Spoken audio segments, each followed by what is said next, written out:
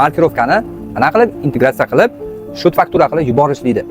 Ko'pchilikda shunaqa savol bo'lyapti. Men ishlab chiqaruvchiman. Men chek bermayman. Faqatgina pul o'tkazma yo'li bilaman. Mijozlarimga men berishim kerak. Qanaqa qilinadi deydi. Qarang, agar buxgalteringiz bo'ladigan bo'lsa, u biladi.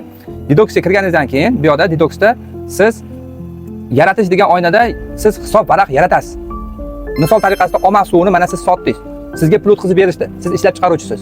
Bir dona uchun sizga o'tkazib berishdi. Siz mana shu hisob varaqqa siz yaratishingiz kerak. Va bu yerda mana shu yerda mana yaqinlashtiring.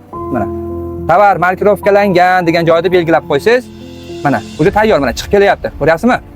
Mana shu yerga kirib, bu yerda belgilaysiz. Sigaret, alkogol, pivo, dori vositalar, suv. Mana suv, salqin ichimliklari.